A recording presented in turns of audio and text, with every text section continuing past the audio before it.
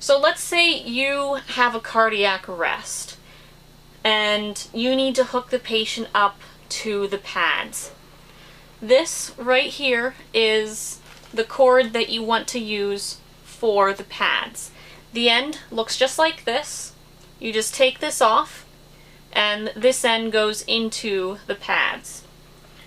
So as I'm doing this, hooking up the pads and placing them on the patient, we're seeing a shockable rhythm.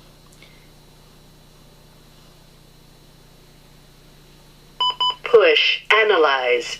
The computer recognizes that this is a shockable rhythm, and it's asking you to analyze. So what you do is come over to the Analyze button right here.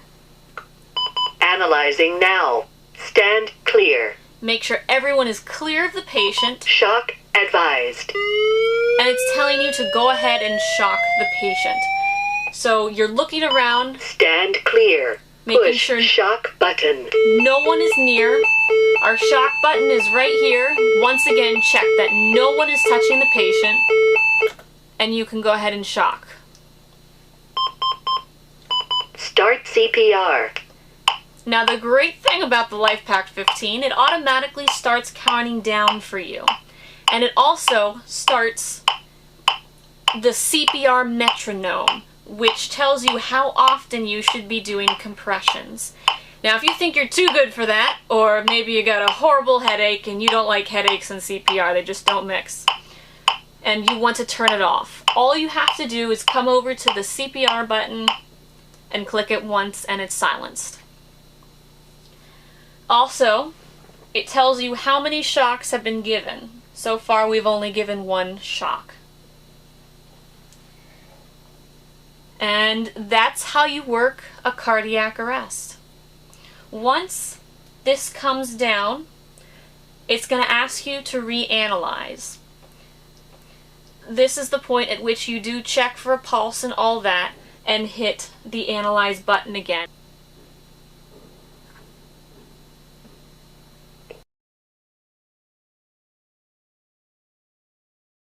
Alright, just for fun, we're going to see what happens when someone hyperventilates. So I want to go ahead and get some waveform things on here. I got my waveform capnography down below. And for what the heck, let's get the SpO2 right over here.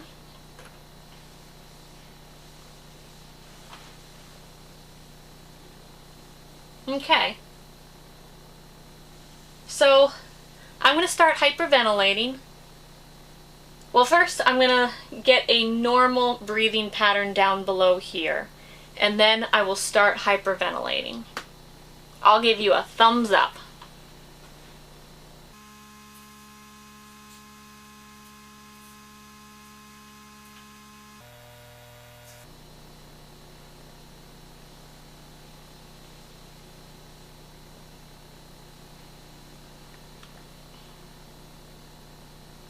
So this is me staying relatively still, and this is me hyperventilating.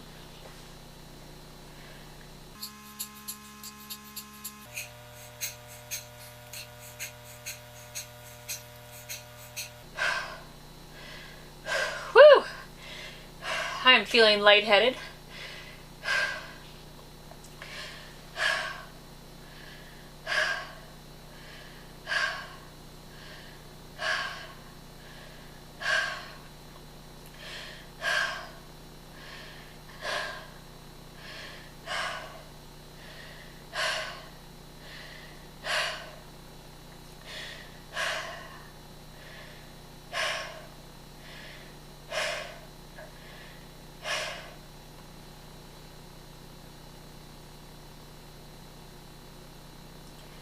As you can see, my heart skyrocketed, went up very tachycardic.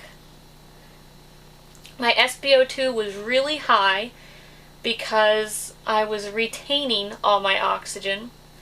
My CO2 went extremely low to about 21 because I was blowing off all my carbon dioxide. That's what happens when you get a patient that is hyperventilating. Now, let's say that I have finished my transport and I want a code summary of all the vitals that I took. All I do is come over to code summary and it starts printing out. It's also going to print out the waveform, but I'm going to stop it right before that it does that because I don't want to waste the paper. Alright. So now that I have gotten my code summary, I'm going to go ahead and turn off the monitor.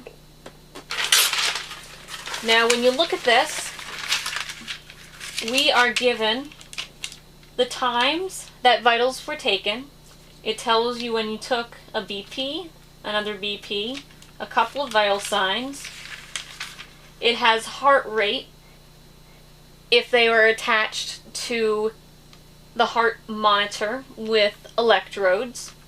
We have the SpO2, the pulse rate, the carbon monoxide, the carbon dioxide, my respiratory rate, and my BP.